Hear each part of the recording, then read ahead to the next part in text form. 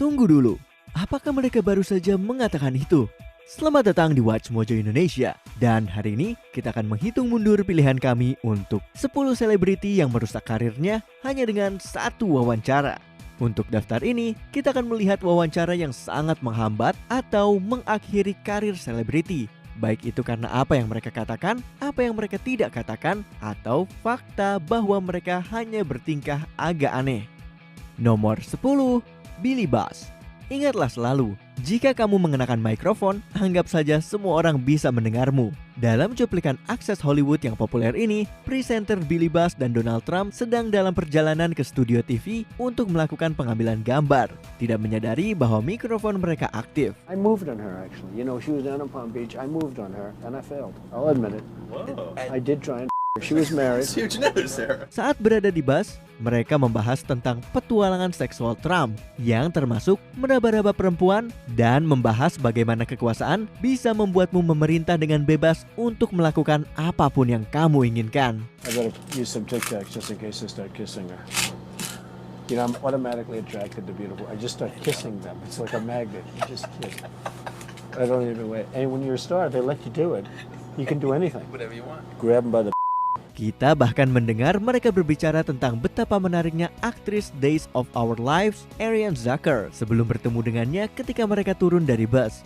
Bass diskors dari pekerjaannya pada acara Today yang diikuti dengan penurunan rating dan kemudian mengundurkan diri. Sejak saat itu, dia harus berulang kali membela dirinya dalam wawancara. Based upon the moment that is on that tape, I understand people's reaction. I agree. I also felt that way. Nomor 9, 5 Seconds of Summer. Jika kalian merupakan band, diwawancarai oleh Rolling Stone Magazine adalah hal yang sangat besar. Saking besarnya, sehingga mudah untuk terbawa dengan suasana dan mencoba untuk terdengar sangat rock and roll. Dan itulah yang terjadi dengan band 5 Seconds of Summer. Dalam sebuah wawancara tahun 2015, band ini melakukan segalanya. Mulai dari membandingkan diri mereka dengan The Beatles, menolak atau menghina American Music Awards, Justin Bieber, dan penggemar wanita mereka, alias sebagian besar penggemar mereka. Mereka dikritik karena komentar mereka dan secara umum karena terdengar seperti bintang panggung yang narsis. Dan ketika mereka tampil telanjang di sampul depannya, itu tidak membantu. Nomor 8, Paula Abdul. Kamu tahu ketika kamu mabuk tetapi kamu berpikir kalau kamu tidak terdengar mabuk. Mungkin kamu tidak tahu. Nah, setidaknya Paula Abdul tahu seperti apa rasanya. What do Idol fans have to look forward to this season, and what are you looking forward to seeing? Well, is that what it is? I was wondering, what is that? Dalam wawancara di tahun 2007 ini, dia mempromosikan seri terbaru dari American Idol. Meskipun setelah itu dia menolak gagasan tersebut sebagai kebohongan, banyak pemirsa yang bertanya-tanya apakah dia telah minum atau meminum sejenis stimuli lain. Respon lambat, banyak tertawa, ya semua ciri-cirinya sudah pas. You know what? They said, listen, any publicity is good publicity. You gotta learn to eat it up and embrace it and say, Seattle had the best delusional people. Wawancara itu kemudian viral dan menjadi bagian yang tak terhindarkan dari karir Abdul. 2 tahun kemudian, dia meninggalkan American Idol sebagai juri karena perselisihan tentang bayaran dan hilang dari mata publik untuk sementara waktu. Nomor 7, The Chainsmokers. Selanjutnya kita memiliki percobaan yang salah lainnya untuk terdengar keren dalam interview majalah. Kali ini milik duo musikal The Chainsmokers yang membiarkan semuanya menggantung di Billboard. Everyone was making the same thing, and after a few years it got really stale, and only a few people started breaking off from that and experimenting. Ketika ditanya tentang musik mereka yang riuh dan penuh energi, mereka terlalu bersemangat untuk memamerkan tentang citra bocah laki-laki liar mereka dan kegemaran untuk meniduri sebanyak mungkin gadis meskipun mereka berdua punya pacar. Keduanya sangat dikritik dan sejenak menjadi pembicaraan dunia musik untuk semua alasan yang salah. Tapi kita tidak boleh terlalu membenci mereka, bukan? Seperti yang mereka katakan, kami hanyalah sahabat. Kau tahu apa yang kumaksud? Menyukai wanita dan lainnya. Itu kutipan sebenarnya kata demi kata. Nomor 6, Prince Andrew. Dianggap sebagai kekacauan oleh banyak orang. Wawancara ini akhirnya mengakibatkan Pangeran Andrew mengundurkan diri dari tugas publik untuk the royal family. Today, you've chosen to speak out for the first time. Why have you decided to talk now? Ketika wartawan BBC Emily Maitlis menanyakan tentang hubungannya yang dekat dengan pelaku kejahatan seksual Jeffrey Epstein, jawaban sang pangeran membuat banyak orang terkejut. Sebagai permulaan, Pangeran Andrew langsung membantah pernah bertemu dengan sang penuduh Virginia Roberts. I have no recollection of ever meeting this lady. None whatsoever. Meskipun bukti foto berkata sebaliknya. Ada jawaban mengejutkan lainnya yang dilontarkan, seperti mengatakan bahwa dia tidak menyesali persahabatannya dengan Epstein dengan menggambarkannya sebagai peluang yang berguna. Pewawancara jelas tidak terkesan dengan jawabannya, sama seperti hampir semua orang yang menontonnya. He has quite obviously conducted himself in a manner unbecoming. Yes. Unbecoming. He was a sex offender. Yeah, I'm sorry, I'm being polite. Nomor 5, Liam Neeson. Wawancara ini membuat media sosial meledak dengan komentar menentang sang aktor Irlandia. Saat mempromosikan salah satu filmnya, Neeson berterus terang dalam sebuah wawancara tentang ketika salah satu teman dekatnya diperkosa oleh seorang pria berkulit hitam. To get rid of this, and I'm not racist.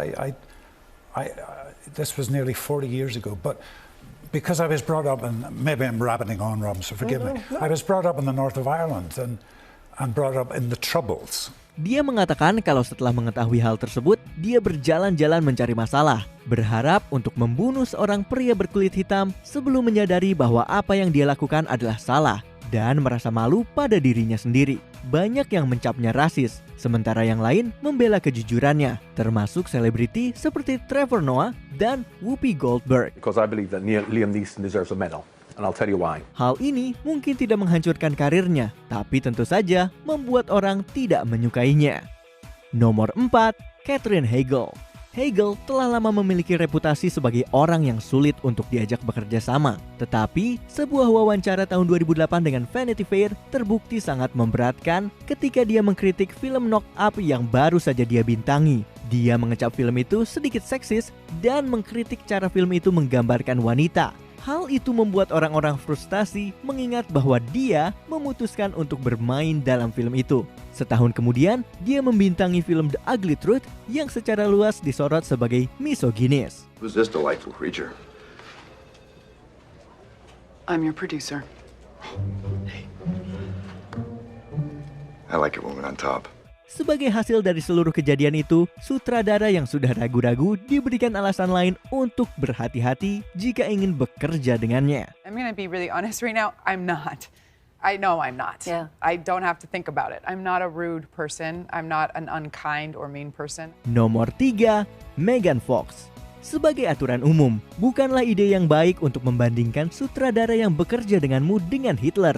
Tapi itulah yang dilakukan oleh bintang Transformers Megan Fox dalam sebuah wawancara dengan majalah Inggris Wonderland.